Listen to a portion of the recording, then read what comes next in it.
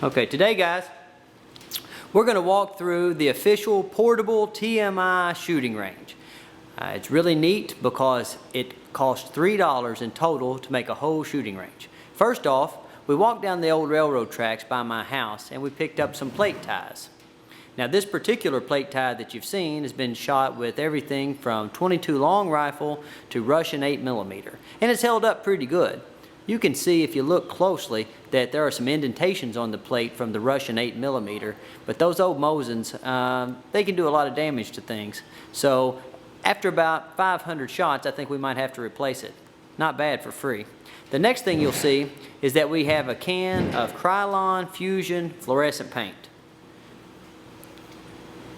One can of paint will last you for about 5 shooting sessions. What we'll do is when we're out and we're shooting, after a while the plate gets marked up, and so we just run out there and spray a thin layer of Krylon on it, and it's like having a brand new target. We stopped by a construction site and got some short pieces of rebar from the concrete workers, and these are free. Just when you see somebody pouring concrete, stop and ask them for their leftover rebar. Next thing, for about 99 cents on sale at Harbor Freight, we got a 75-foot length of cord. That's an old bucket handle that we used to carry it around with. Now, what's great about this is we can just take this, throw it in our trailer, and when we go out, we have instant 25-yard measuring ability. And we'll just go one plate to another, and we'll usually do 4 plates in a row for a 100-yard course. Today, to test the TMI official range, we're going to be using the TMI official training rifle. That's a CZ 452 military trainer in .22 long rifle. Now, let's actually get to putting this thing together. My assistant John is going to spray a little bit of this orange fluorescent paint on our plate tie.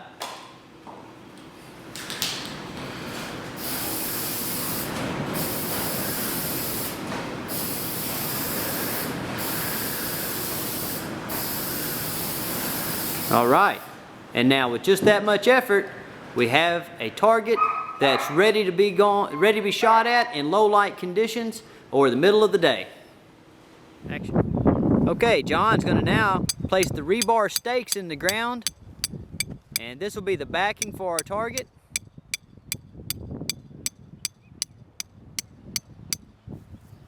Now we'll generally use 2 of these because there's a lip on the back of the plate ties, and that lip will hold the target firmly in place. So once John places the plate on the angled rebar, we have a nice, stable, safe target to shoot at. Now we'll be using our rope to determine our range. Okay. Now the rope's going to come into play.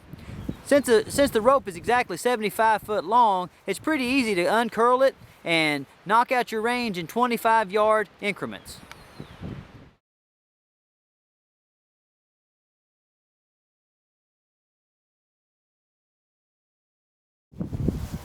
Action.